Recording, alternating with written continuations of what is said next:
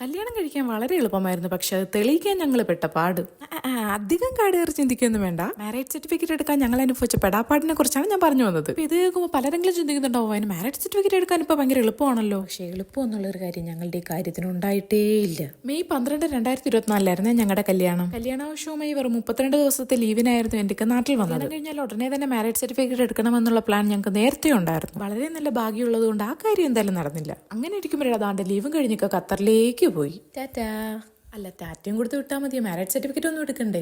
ഈ ഒരു ചോദ്യം ഞാൻ എന്നോട് തന്നെ ഒരു 100 വട്ടം ചോദിച്ചിട്ടുണ്ടാവും. അല്ല, ഞാൻ എന്നോട് ചോദിച്ചോണ്ടിരുന്ന കാര്യം മാത്രം അങ്ങനെ കേട്ടോണ്ടിരുന്നാൽ മതിയോ? മാരേജ് സർട്ടിഫിക്കറ്റ് എടുക്കാൻ പോയത് എങ്ങനെയാണെന്ന് അറിയണ്ടേ? അങ്ങനെ ഇരിക്കുമ്പോഴാണ് മാരേജ് സർട്ടിഫിക്കറ്റ് എടുക്കാൻ ഭർത്താവ് നാട്ടിൽ വേണ്ടെന്നുള്ള വിവരം ഞാൻ അറിയുന്നത്. ഇപ്പോഴേ ഞാൻ സ്റ്റാർട്ട് ചെയ്തില്ല എൻ്റെ വണ്ടി അടുത്തുള്ള കഫേയിലേക്ക്. കഫേയിലിരുന്ന ചേച്ചി പറഞ്ഞ പ്രൂഫുകളെല്ലാം ഞാൻ കൊടുത്തു. ആ സമയമാണ് ആദ്യമേ ഒളിഞ്ഞിരിക്കുന്ന ആ ഒരു ചതി ഞാൻ മനസ്സിലാക്കുന്നത്. എൻ്റെ ഹസ്ബൻഡ് ഏജ് പ്രൂഫ് തെളിയിക്കാനുള്ള സർട്ടിഫിക്കറ്റിനകത്ത് തെറ്റുണ്ടെന്ന്. അങ്ങനെ എൻ്റെ ആദ്യ ശ്രമം അവിടെ പരാജയപ്പെട്ടെന്ന് എനിക്ക് മനസ്സിലായി. അങ്ങനെ കുറെ നാളുകൾ കടന്നുപോയി. കുറെ നാളെന്ന് ഞാൻ ഉദ്ദേശിച്ചത് 2-3 മാസമല്ല, 1 വർഷം. അങ്ങനെ ഇരിക്കുമ്പോഴാണ് അടുത്തുള്ള കഫേയിലെ ഒരു ചേച്ചി പ്രതീക്ഷയ്ക്ക് വിത്ത് പാകിക്കൊണ്ട് എന്നോടൊരു കാര്യം പറയുന്നത്. ഹസ്ബൻഡ് ഏജ് തെളിയിക്കാൻ ഡേറ്റ് ഓഫ് ബർത്ത് കറക്റ്റ് ആയിട്ടുള്ള മറ്റേതെങ്കിലും പ്രൂഫ് കൊടുത്താൽ മതി എന്ന്. പ്രൂഫ് കൊടുക്കുന്ന സമയത്ത് ഞാൻ ഒരു കാര്യം എടുത്തു പറഞ്ഞിട്ടുണ്ടായിരുന്നു. ചേച്ചി, ഹസ്ബൻഡ് നാട്ടിലല്ല, അതിന്റെ പേരിൽ ഓൺലൈൻ രജിസ്ട്രേഷൻ ചെയ്യണേ, ഫിസിക്കൽ രജിസ്ട്രേഷൻ ചെയ്യല്ലേ എന്ന് ഞാൻ പറഞ്ഞിട്ടുണ്ടായിരുന്നു. ചേച്ചി പറഞ്ഞു, ഒന്നുകൊണ്ട് പേടിക്കേണ്ട മോളെ, ഓൺലൈൻ രജിസ്ട്രേഷനിലേ അപ്ലൈ ചെയ്യത്തുള്ളൂ. അങ്ങനെ മാരേജ് സർട്ടിഫിക്കറ്റ് ഉടനെ എടുക്കാമല്ലോ എന്നുള്ള സന്തോഷത്തിൽ ഞാൻ പിറ്റേന്ന് പഞ്ചായത്തിലേക്ക് പോയി.